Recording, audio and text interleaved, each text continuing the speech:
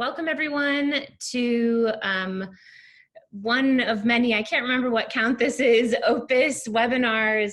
This is a very special one. It's actually our last webinar of the year. I'm very excited to welcome two guests who I'm just continue to be so inspired by and deeply respect. Carol Lewis and Natania Malin Gazek. We are going to be talking about DE&I in the context of this massive industry, the food supply chain, the second largest employer in the United States. So we're going to get started. This is a recorded event, which means any colleagues who couldn't make it here today, this will be available. It will be lightly edited, as I always say, in case anybody burps, we will make sure we are polite and we get that out. So there will be some small edits, but it's pretty much everything you hear here today will be available to share and to go back to. The chat is also open. We welcome you all to submit questions if you'd like to. This is a really open, free space. It's a good chance. We're all HR and people leaders here, so it's a great opportunity to submit any questions, big or small, that you might have for the panel, and we'll do our best to incorporate them in our discussion. And the last thing is that if you're interested, and if you are a Twitterer, we are also live tweeting this event right now. So you can follow right alongside. Just follow us at @opus, @_opus for any live tweets. And you can also follow our panelists too, who have shared their, if they're on Twitter, they have shared their Twitter handles. But I'd love to get started. I have not introduced myself yet, which I will quickly do, and then I'm going to introduce our panelists. I am Rachael Nemeth. I'm the CEO and co-founder of Opus Training. I worked in the food industry for 15 years in ops and HR, and most recently for Danny Meyer. I'm also a certified ESL instructor and taught and trained multilingual kitchen teams for over a decade. And at Opus, we founded the company with one goal in mind, which is to build the most accessible training platform for frontline workers on the planet. So a very simple mission that we're trying to achieve here. And as a part of that mission, it's important for us to be including the panelists we have here today. We like to invite our community and the voices there to really be sharing their expertise. So I'm really excited to introduce Carol. Carol Crocker-Lewis is the Global Director of Diversity and Inclusion with Compass Group for a very well-known account. She joined the company in March of 2019, and prior to Compass, Carol was the Senior Manager of Diversity and Inclusion at Kellogg Company. Before that, she was at Boeing, and before that, she was she held several positions of advanced responsibility within HR during her 19 years at Chrysler Corporation. Carol and I have known each other for the last year. Carol, it's really nice to see you. It's great to be here. Thank you for inviting me. And Natania Malin Gazek, who I had the pleasure of meeting this summer, runs a diversity, equity, and inclusion consulting practice, a really interesting perspective on this field. And she leverages a decade of cross-sector experience to put employees first and improve organizational efficiency and effectiveness. She works with clients at 10,000 plus person corporations, B Corps, and 2-person tech startups, which is really amazing how the breadth of work that you do, Natania. She's originally from California, holds a BA in sociology from Vassar and an MBA from the Yale School of Management and Organizational Behavior. Carol holds a Bachelor of Science degree in HR management from Oakland University and a certificate of diversity management from Cornell. If you can't tell, extremely qualified humans in front of us right now. And we're going to get started with a question that I always love to ask, which is, at the start of this conversation, what is the one book that everyone in this room, this virtual room, what's the one book you would recommend to everyone, either on the topic of DE&I or in the world of food and work? Carol, I'm going to start with you. Okay, I would go with Malcolm Gladwell's Blink. It's about decision making, and diversity, equity, and inclusion for me is all about decision making and making decisions on the drop of a dime. So I'd go there first. I love that, Carol. Thank you. I'm going to add that to my list. I hope, Rachel, that you won't see this answer as a cop-out. It's genuine. Whenever folks ask me what should I be reading to learn more about the diversity, equity, and inclusion space, I always recommend doing an audit of who writes the books that you're currently reading and then filling in those demographic gaps. So for me, I did an audit of like, who are all the authors who I have been reading, especially like for my pleasure reads, right? Like who's writing my fiction? That's really important too. And I noticed that I was reading books written by a heck of a lot of white women. So I decided to just take an entire year and try to read only women of color authors. In like all across, like, especially for my fiction, but also for my nonfiction. And I just think like opening yourself up to those different perspectives is such an important way to start seeing the world around you a little bit differently and approaching your work from a more inclusive and diverse way. So I recommend doing an author audit and filling in those gaps.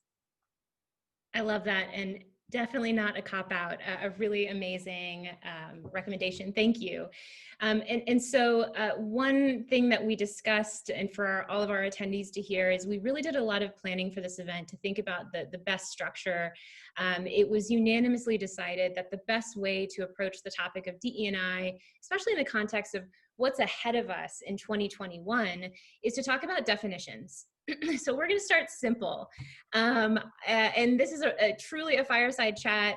Carol and Natania, you're both amazingly compatible. So I'm going to let you just riff for a minute. But what acronyms should we be using? I hear D&I, I hear DE&I, I hear DE&IB, I hear D. I get so many questions, and I'd really love to hear your perspective on what terminology is quote unquote best here. Carol, I love the way you answer this question, so I think you should start. Yes. that was, as we were talking about it, it's yes, it's all of those. It really, really depends on where the organization is on their journey. Some people are at diversity, and they're just talking about the mix of people that they have. Some people are at diversity and inclusion because they may feel that they have the mix, but the mix is located in one specific place, and it hasn't matured into or evolved into inclusion, where everyone's sitting around the table. And then there's the maturity to add equity into it, because equity talks about those processes and rooting out the bias in what I will call the infrastructure or the framework of a company. And it's not that lipstick on the pig kind of thing. It's the true, let me get down and dirty and have these uncomfortable conversations and upset the apple cart on how we do things. And then you have the belonging piece. And there's not one human on this earth that doesn't want to feel like they belong. And belonging is that place where the culture allows you to come as you are, though respectful of everybody around you. And that's when it's acceptance, integration, and I'll call it innovation that happens. I love that. And I love that Carol starts by saying yes, right? Because I think that the message there that I get is what you call it is the marketing piece, right? That's the piece that like really matters least in terms of how your employees are actually experiencing the work that you're doing. Sometimes what you call it really matters because certain organizations are focusing on a particular demographic group in their DEI work, and you'll notice that names help convey that, right? So if you are really focused on racial equity in your DEI work, then naming that, right, and using R to stand for the racial equity piece that you're doing is really important and descriptive. What I always start with is understanding that diversity, equity, and inclusion are we usually use all three of those things because each of them are important. In only focusing on one of them will usually means that you fall short. And so the way that I describe the relationship between those things is generally to say an inclusive organization, one in which employees are feeling that sense of belonging that we're all looking for. If the organization is not homogenous, right? So if you're looking at a completely homogenous group, some of this stuff looks much different, right? We can all think of spaces that we've walked into where there are lots of signs that everybody is really like us in a particular way, right? And this work looks different there, but that's not most of our workplaces. So when we're in heterogeneous groups, right, an inclusive or a workplace where we feel belonging generally has equitable systems and processes in place, right? So the process piece that Carol was just talking about that serve to bring traditionally excluded people, groups into processes, activities, and decision-making in a way that really truly shares power. So when we talk about diversity, what I'm doing with that sentence there is naming that when we're building equitable systems and processes, we're trying to create systems that don't perpetuate the systems of oppression that we are otherwise perpetuating if we just go with the status quo, right? Because what those systems of oppression do is continue to exclude those groups that our society was designed to oppress and exclude. And so that's why the equity piece is important, is to actually try to counteract that inside of our organizations and name what it is that we are attempting to do with those systems. That's why I think got muted for a second, that each of those pieces is important, and that it's just important to name what each of them are doing. You're bringing to the surface some really valuable concepts that we're talking about yesterday on the same lines of definitions, and a lot of the question I know people have is there, and we're thinking about this notion of is this one size fits one? Is it one size fits all? And I think most importantly, does there exist a playbook for organizations, and where can organizations look for any sort of support? So I feel like that's always the question I'm seeing on LinkedIn and all these networks is, where's the playbook? Where can we begin? How do we know where to begin? Natania, you want to take that one first, and I'll Sure. after. I empathize deeply with folks who ask this question, because I am somebody who always wants to make sure that she's doing something the right way. That's like a deep need that I have. I want to make sure that I'm like using all the best practices. That was deeply ingrained in me in the schools that I've attended, that we want to look for like the A+ gold standard for how we do a thing and then apply it. The thing about diversity, equity, and inclusion work is that we are all figuring this out together as we go.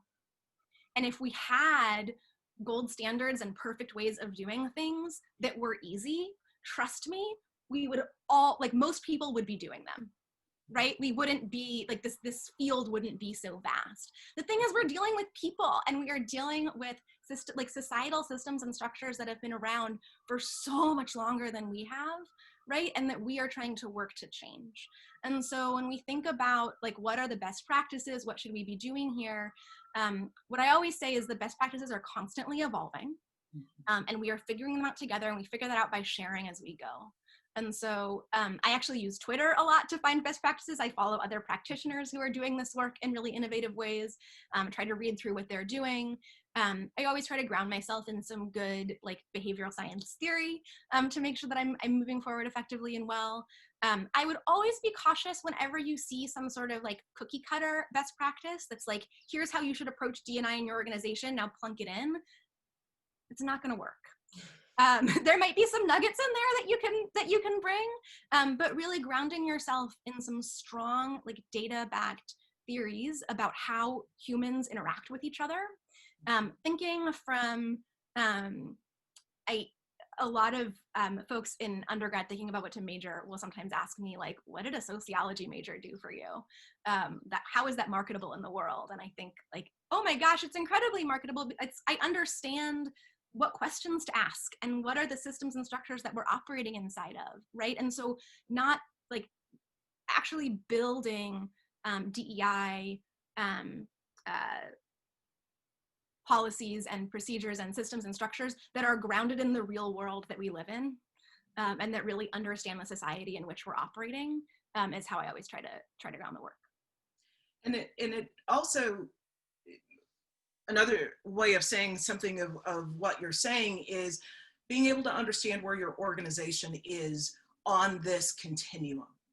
So if your organization, if you're looking at your organization and you're a very homogeneous organization, your tenant, or where you anchor for the moment because it's moving, might be in the diversity vein. So yes, there are some things in the talent stream that you work on, but understanding in working on the talent stream, you're also working on what I will call the business framework, hire to retire process, and how it feeds into the larger business organization.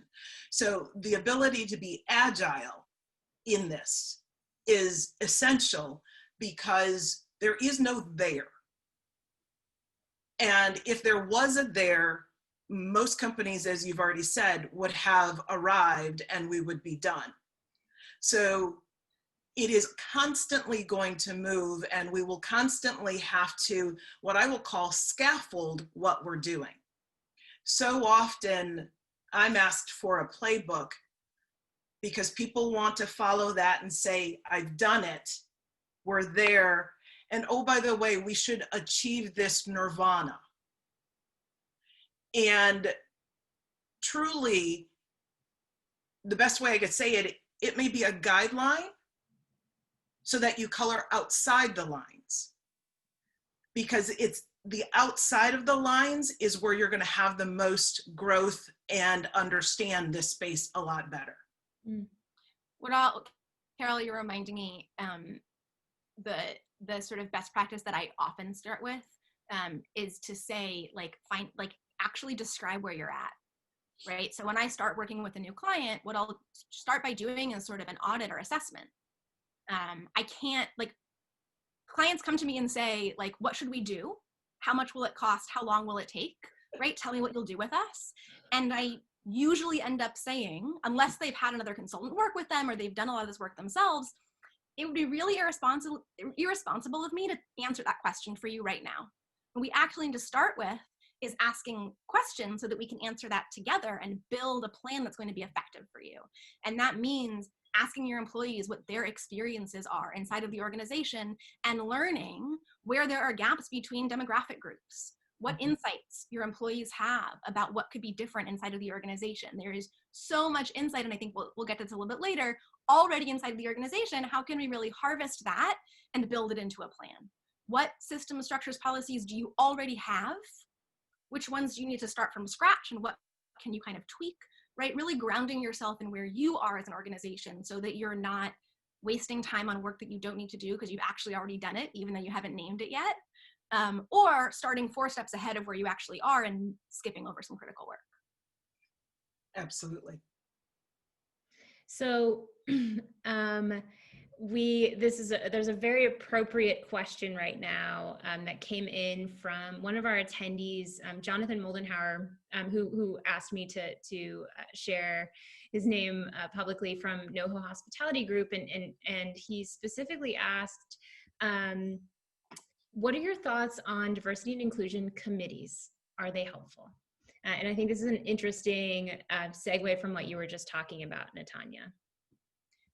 Yeah, I'm happy to build off of it, and Carol, would love to hear what you think as well. I think diversity and DEI committees can be fantastic, and I actually often help build them with my clients. they're a fantastic way to leverage the insights that employees have, especially when they're built in a really strategic way, which means that they're a real cross-section of the organization, across demographic groups, across levels of the organization, across departments in the organization, across tenure. You want the DEI committee to be sort of microcosm of the organization to make sure that you have those perspectives represented. They're also effective when they have a clear mandate, which means, read between the lines, they're ineffective without a clear mandate, right? We need to understand, like, what power does this group have? How will it be able to influence policy? What is the scope of, what kinds of recommendations it can give? Who is accountable to this group? And who is this group accountable to? It's, putting a committee together because employees are complaining and you want to give them an outlet to complain is going to make things worse. Digging in and trying to understand, shoot, I'm sorry you're having a crappy experience. Like, we'd love to learn more about that within this structure where we can really learn from that and build is crucial. And the last piece I'll say is remember that by serving on a DEI committee, your employees are doing extra work for the organization that is taking time away from the work that they are otherwise paid to do. And so it's really critical that employees that work towards your organization, making your organization more diverse, equitable, and inclusive, are compensated appropriately for that. So just making sure that's built into how a DEI committee is set up. I couldn't agree with you more. It definitely is a matrixed approach to membership, all levels of the organization. It allows for the heartbeat of the organization to easily find its way into all the crevices of the organization. And I've also found it's a great way to also have your employee resource groups plug into them as well, if you have employee resource groups or support groups, however you want to term it. And your point about having them accountable, a lot of times organizations may look at them as the group that handles the event calendar to celebrate all of the awareness events. That's great, but we have to move beyond awareness into how is it impacting our business? Because DEI is not a feel-good thing. It is a business driver. It's the way that we unlock creativity, innovation, and put better options, business options and solutions on the table. It helps us attract employees. It helps us retain employees. It helps us develop employees.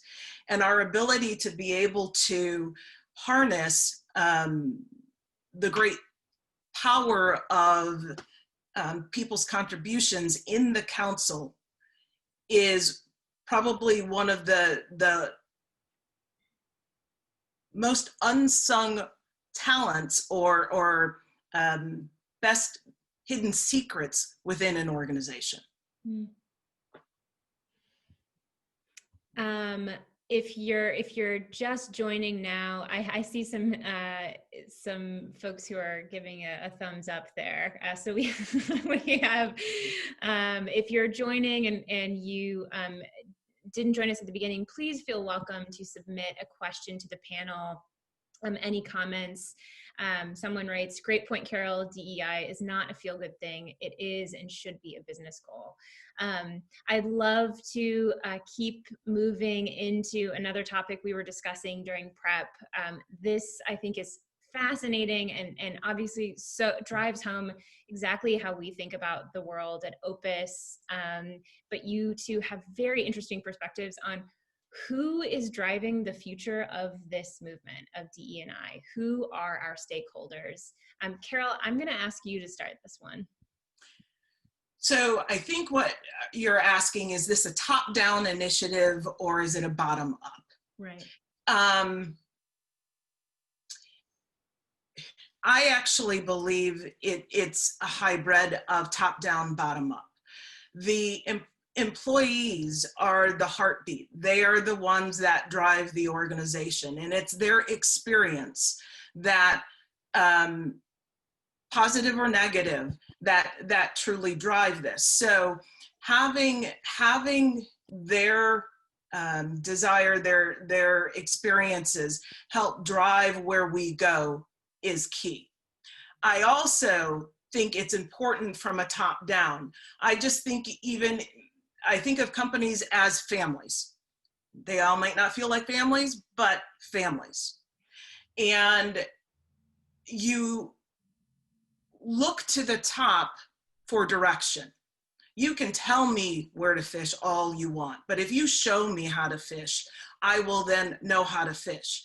And it's more about what leadership is doing as opposed to anything else. So if they're living the DEI values, the DEI principles, that is in itself a learning. So I say bottom up and top down works, will reach your full employee population.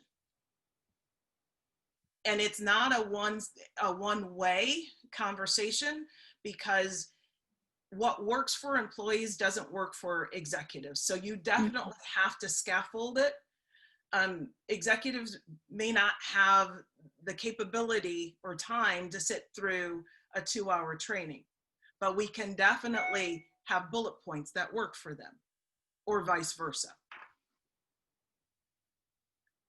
Yeah, I couldn't agree more, Carol. And I think just to add a little bit to that, I think the role that bottom up plays, right, is really thinking about where are the insights in your organization in terms of who has lived experiences of what it's like to be systematically excluded. When we look at demographic breakdowns across organizations, we see that in general, folks who belong to marginalized groups exist much more bountifully towards the bottom part of organizational hierarchies. Folks who have been part of oppressor groups historically tend to exist more at the top of the hierarchy, right? So to put it in plain terms, we see a lot of white folks, a lot of men, a lot of abled folks, a lot of straight folks. In higher levels of organizations, we see a lot of people of color, women, disabled folks, queer folks. These are groups that are historically oppressed in this country, right? Towards the bottom of organizations. If the folks at the top are designing what a DEI program should look like, they are missing out on the perspectives that I would say actually matter the most in terms of understanding what's actually needed in those programs. So involving folks across the entire organization, but especially folks from marginalized groups, and especially folks at the bottom of the hierarchy, from the very beginning in building what a DEI program should look like is crucial for the success of that program. And that's actually part of how DEI councils can be so effective. If they're started towards the beginning, that can be a great mechanism for leveraging those perspectives in a way that compensates them, right? To go back to that point. The other piece, though, is thinking about the top-down approach, which I would just hammer home, and this is implied in a lot of what Carol said. Who is accountable for this work? And what systems and structures does the organization have in place to make sure that the training is actually effective? So folks at the top of the organization are generally the ones who have power in terms of deciding what system structures and processes in the organization look like. And it's important to make sure that we're not starting by saying, we're going to send a bunch of our frontline staff to training and do nothing at the top of the organization, but instead say at the top of the organization, what are we committed to? What do we hold ourselves accountable to in terms of behavior? And what are we committed to as a company in terms of changing how we operate? Because that's really where a lot of DEI comes into play. And I will also put in there the ability to also be discerning on the training that you have.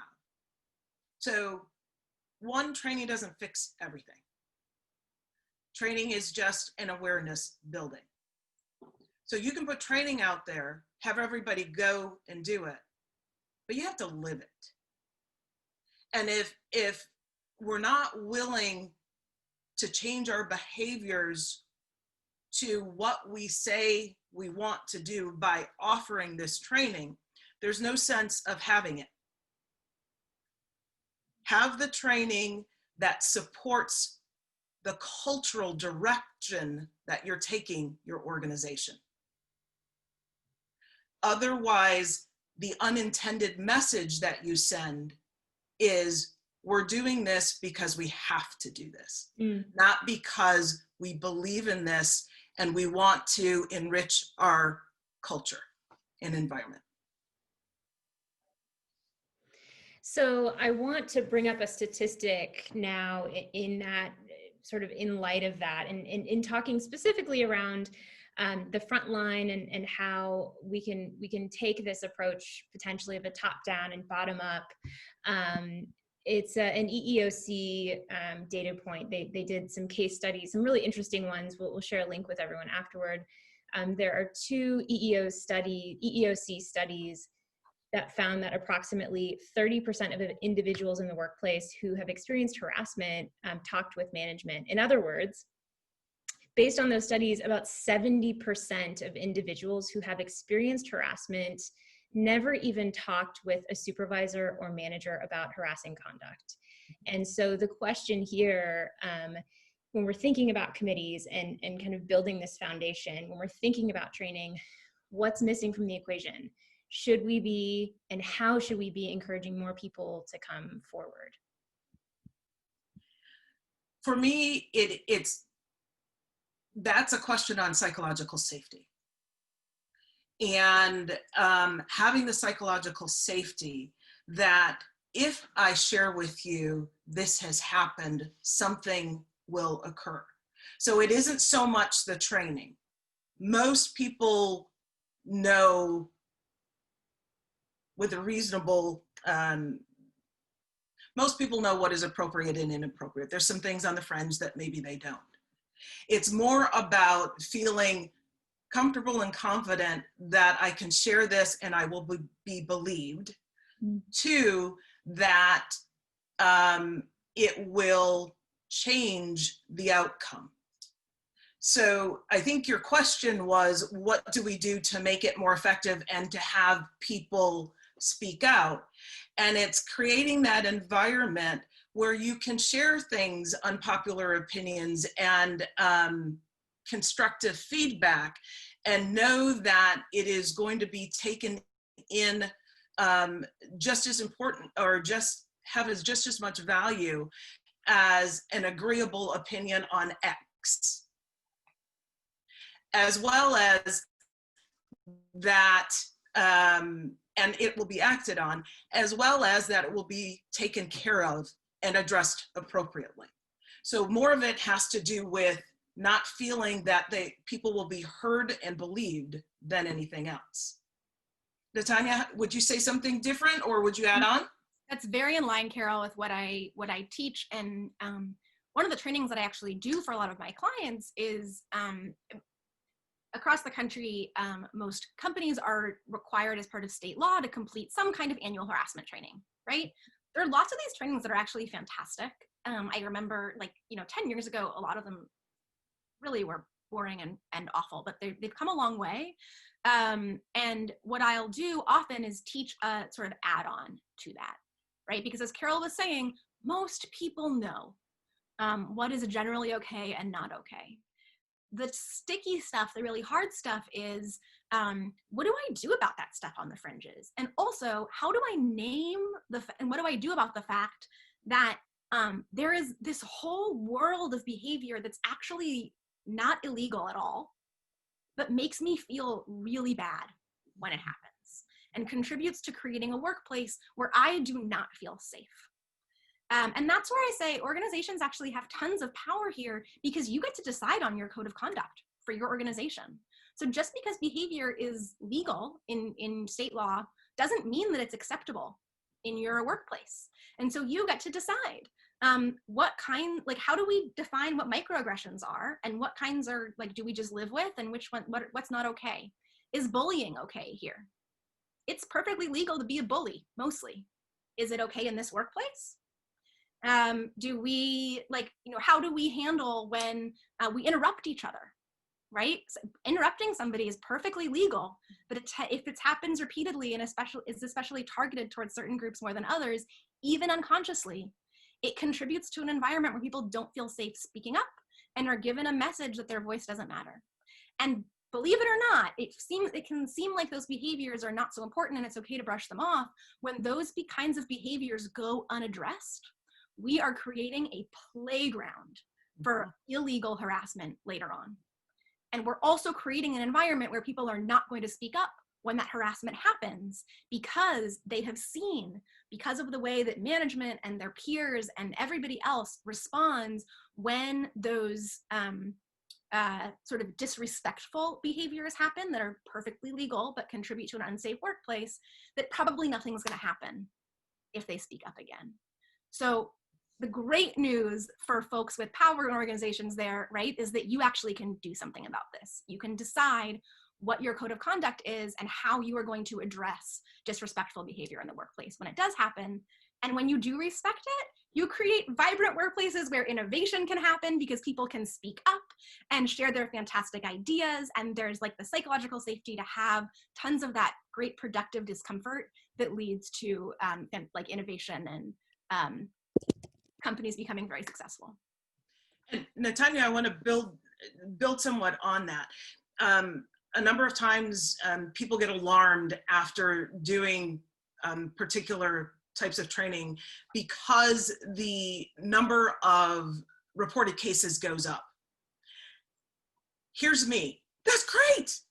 That's what you wanted. So as you are building awareness and as people are learning to flex that muscle, and as psychological safety grows, there will be more reported accounts.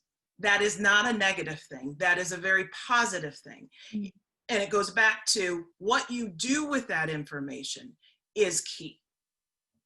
And yes, you can't go around and say, we did this with this person and this with that person, because that's a whole different thing. However, people will notice in the culture, in the environment, the shift of what is acceptable and not acceptable by the behaviors that are exhibited thereafter. So that's the one thing. People get really, really nervous because incident rates go up or reporting rates go up. That, from an ROI standpoint, is good.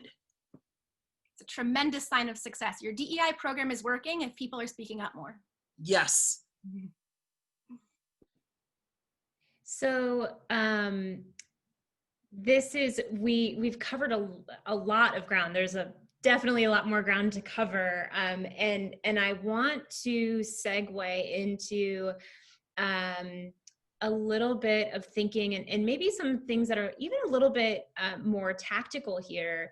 Natania, you brought up a few things around microaggressions and anti-bullying and even the notions of not interrupting people. For our attendees here, who many of whom are directly in the industry right now, some of them might even have us in their headphones walking between restaurants listening to us. When we're thinking about those humans who are really proactively thinking about what 2021 looks like, what topics, especially in light of everything that's happened in 2020 and where we're looking to in 2021, what topics are we not thinking about, or what are some unconventional topics? And Carol, you had some interesting thoughts too, that we might need to anticipate in the coming year when it comes to DE&I, especially when it comes to training in restaurants. So this question is around just like really specific topics that that trainers and people officers can be thinking about. Carol, you want to start this one? Oh, I was actually going to have you start. I can give it a shot. I think it's a really interesting time. We had this what I'll call like a white awakening in June of this year, when the police murder of George Floyd was caught on camera.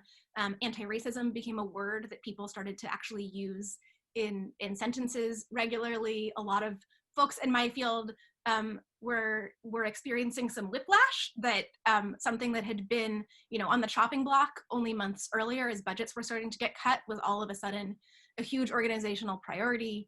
And many, frankly, Black activists were feeling, excitement, but also frustration that like this thing that they'd been speaking up around for, entire careers were suddenly getting attention from folks who have power, who are largely white. A lot of folks put out Black Lives Matter statements, right? Organizations put out these statements that said, we value Black lives, and then had this moment of like extreme fear and uncertainty, realizing, oh shoot, how do we actually substantiate this?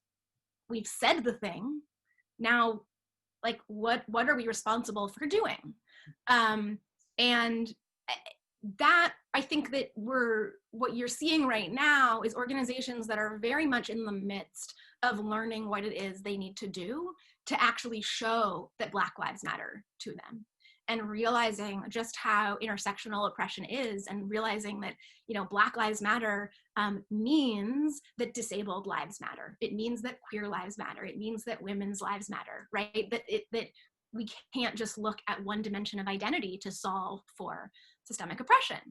And that means that folks are very overwhelmed, because this is a big, big world. And as Carol was saying earlier, there's no nirvana to get to in our lifetimes.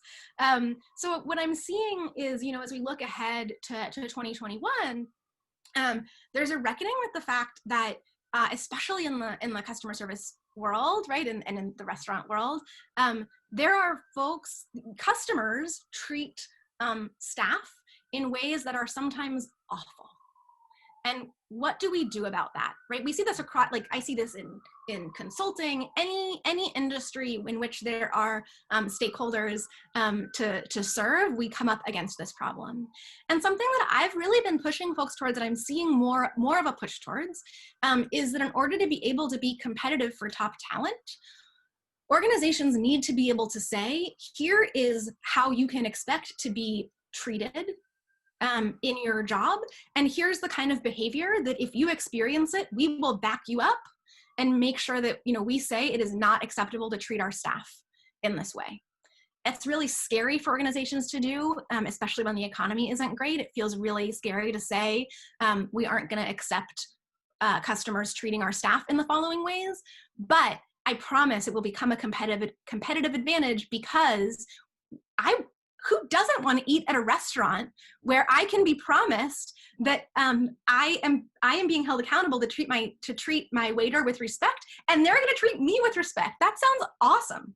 I want to eat somewhere that's promising that. And so really thinking about, and this is tricky and it's not straightforward, even though I'm making it sound, lovely and fun right now. It's a lot of work to figure out the nuances of it. But I think what we're looking at is, what are the systems of accountability that we have inside of organizations, those sort of codes of conduct, those equitable systems and structures that back up our training, that say, here is how we treat each other inside of this organization. Here's what we expect of people who come into these walls or even in our virtual space. And here's the sort of systems of accountability for what happens when those behavior expectations are not met. So I'm going to pick up on something that you said midway through your response. You were talking about intersectionality, and that for the year ahead, I think there's going to be quite a bit of time spent on intersectionality. When we think about the times that we are in and the way that this pandemic has impacted us. Yes, we hear a lot of conversation about the Black and the brown. It is not limited to the impacts of just the Black and the brown. It's the impacts on people with health conditions, and it may not be people who are differently abled. It's everyone. When we're looking at social mobility, the impact of that, and being able to understand how much of what you're saying, Natania, when you're looking at who's coming in your restaurant, how they are treating your employees, and people who are spending their money in places that share consistent values with them. We won't spend our money where people are treated, or a company allows customers to treat our employees inappropriately. We aren't going to work for a company that, or frequent a company that isn't taking care of their employees from a benefits standpoint, from a living wage standpoint. So people our ability to be able to spend time understanding what intersectionality is, and the profile of one dimension of diversity isn't just black and white, male and female of it. It is very much a mosaic. And keeping that at the forefront of our mind and understanding how the policies and procedures that we put in place impact those in different levels very differently is going to be very, very key. Also, understanding the global aspect of it. While yes, we are not traveling quite a bit these days, and there's not as many people globally, but understanding in our own communities the global nature of our lives and what is appropriate in what we believe is appropriate or an American way is maybe so just in one particular household. But we have to be able to understand how that translates, and translates in multiple, not only languages, but in customs. So this is I love all of these points, and it actually brings to light this, as we think about the arc that we're talking about, which is the preparation and the hard, long, never-ending work it takes in order to continue improving and evolving. I got a question from one of our attendees, and this is actually the second question we got through this panel, is how do we know if DE&I, and specifically DE&I training and policies and procedures, how do we know if they're working? What's the ROI here? And have companies ever documented any specific outcomes as a result of creating a culture of DE&I? Do you have any specific examples of something we might be able to think about here? So outcomes of DEI, there's quite a bit of statistics. Companies that truly embrace it. Let's just even talk about having diverse boards. Companies that have diverse boards and their practices and policies and procedures are more diverse and equitable, their profit margins are much higher. Because they're coming up with more innovative, out-of-the-box thinking for business solutions. When you talk about it from the standpoint of retention, and yes, some companies, not necessarily the restaurant industry, retention is generally higher and regrettable losses lower in companies that have strong diversity, equity, and inclusion principles enacted. You have a really strong attraction record. So your employment value proposition is much greater and much higher. And you have more people wanting to work with you because of the reputation of your company than you have in other places. And let's not forget the employee engagement survey. Employees don't dread coming to work. They love coming to work, and your business solutions are higher. Yes, times 1,000. What I'll add to that is just to say, first of all, I understand that there are a lot of companies out there where we have to answer this question or to justify investing in DEI work. That's the world that we live in, and when we have to do it, we have to do it.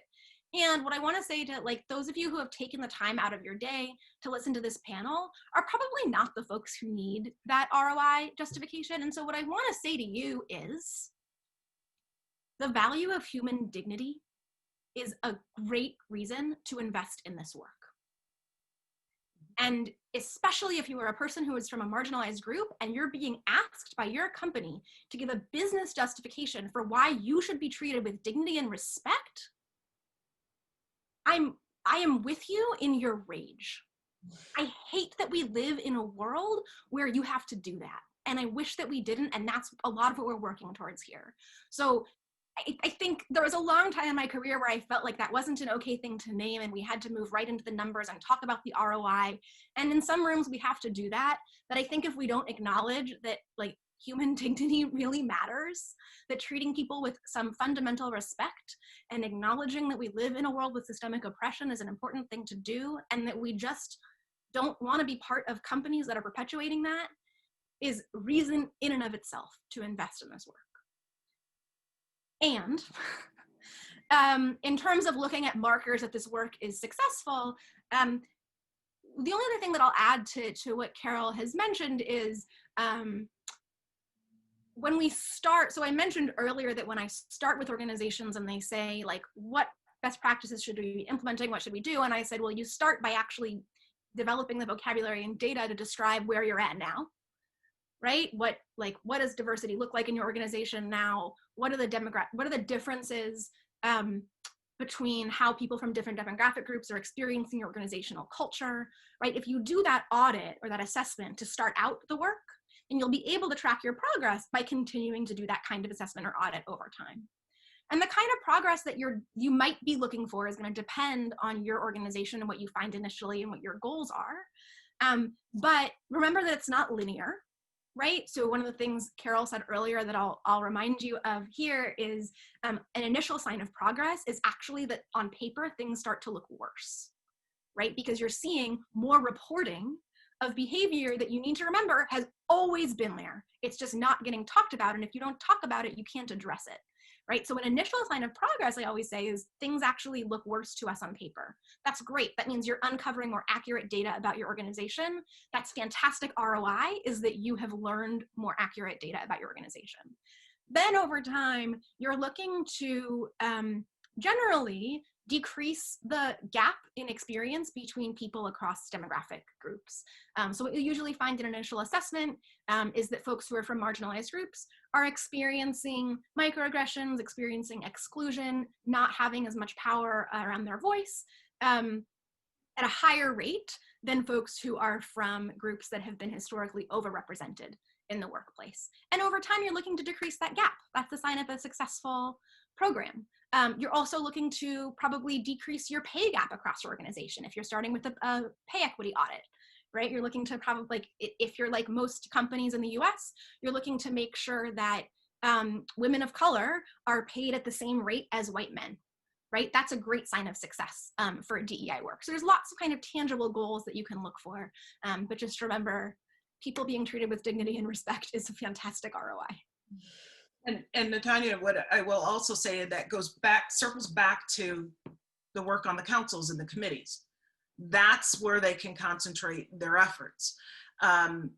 When you're doing surveys, you're spacing the surveys out in time. One, once you do the survey, you're reporting back what you've learned.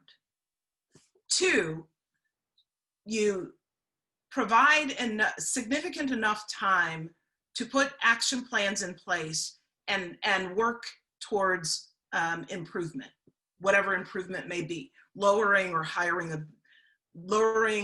the level of complaints, increasing the engagement scores, whatever it may be.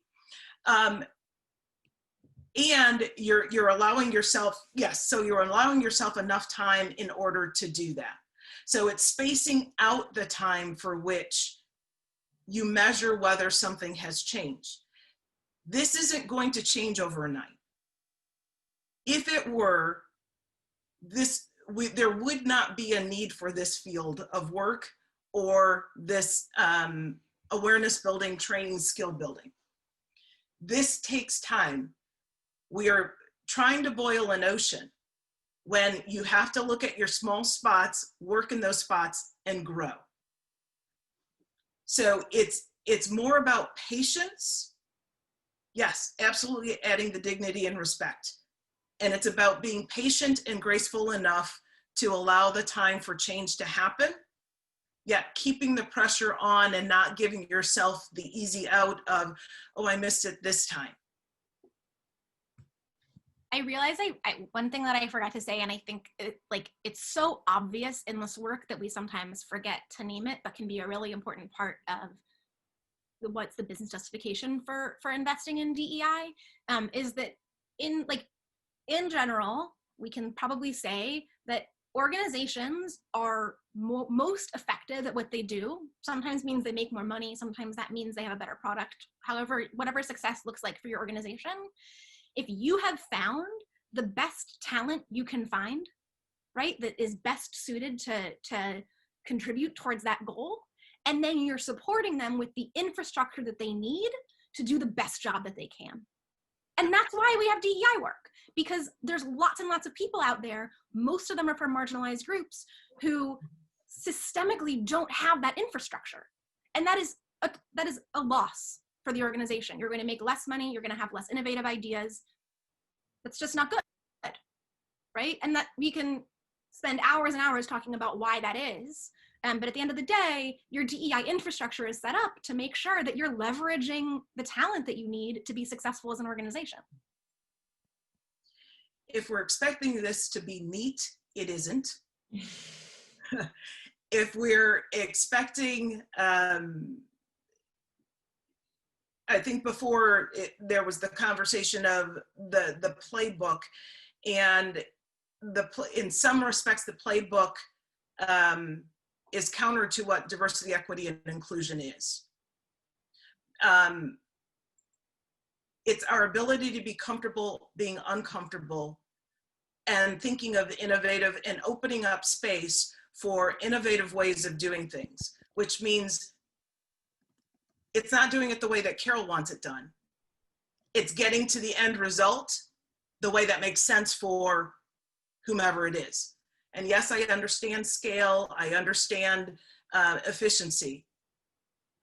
When we allow people to use their creative space to do what they do, we are continually amazed at what can be accomplished.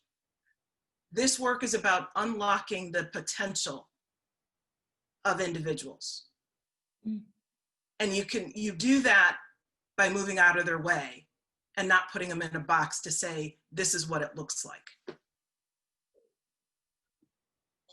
Can we just ask for another hour? Is that okay?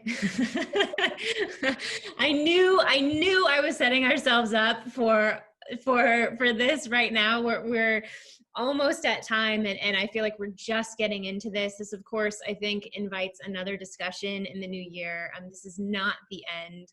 I think Carol, you brought to light some really interesting concepts around, and perhaps this is even a future webinar. I invite all of our attendees. We're going to follow up with you and ask you what other topics you'd like for us to be talking about. And one of the things that Carol, you were referencing here is what happens when we get it wrong. What happens when it's a curvy, windy road, which I actually would say is probably the very next topic we're going to talk about at our next webinar. Let's talk about all the planning, and then let's talk about when it all just doesn't go the way that we had planned. And so in order to cap off this discussion, we have 1 minute. So just to be respectful of our attendees and of your time, I'm going to ask the both of you to share with us a really quick thought on what we should anticipate specifically in the context of the food industry in 2021 when it comes to DE&I training and best practices and principles. What are your predictions? Natania, I'm happy to toss it to you. I'll take it. My magic ball says, I think to jump off what you just said, Rachel, you can expect a lot of failure and learning from that failure. If you're not failing, you are not doing this work right, because we're human beings, therefore we're imperfect. And this is, we're all in this kind of uncharted territory together. This is a field that has been historically underinvested in. That's a lot of the reason why we don't have a lot of best practices and results from those best practices, is because organizations are just now starting to put substantial budget towards DEI work. That means we get to have epic failures that we can learn from so that we can become that much stronger. So I would anticipate that. And I would anticipate that a lot of the learnings from those failures will hopefully result in much more substantial equitable systems and structures inside of organizations that help this work become sustainable in the long term. And I guess I'm going to as we go back in 2021, we're not the same folks that started out 2020. And we are going to be in a more vulnerable place. So I think we will need to spend more time on mental well-being and how to balance that with the new expectations of life going forward. Because this time has impacted us to the core, and I think there will be a lot written about it in future times, and it's going to show up in the most unexpected places and spaces as we get back into the workplace the way that we were once accustomed. And there's been quite a bit of division, so it's trying to figure out how to bring people together to work towards it together, as opposed to tearing each other down in order to lift up everybody else.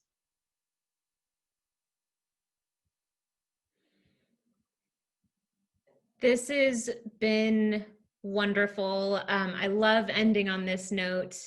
We had a lot of other questions come in to all of our attendees. We hear you, we see you, we are following up with you via email, and we will be sure to answer them. And I think you have all inspired us to continue this conversation in the not too distant future. I think there's a lot of topics to be brought up around middle management, around this committee piece, which is very interesting. If anybody is interested, we're going to be sharing the contact of our panelists, so everyone's going to have the opportunity to review this webinar. We're going to post it on YouTube after we lightly edit it. We'll share the transcript, and we'll also share any questions, all anonymously, that were submitted, so that we can really continue to engage this discussion. Carol, Natania, so grateful to the both of you for your time. Really, really appreciate you. Thank you for joining. Thank you. Thank you so much for having us.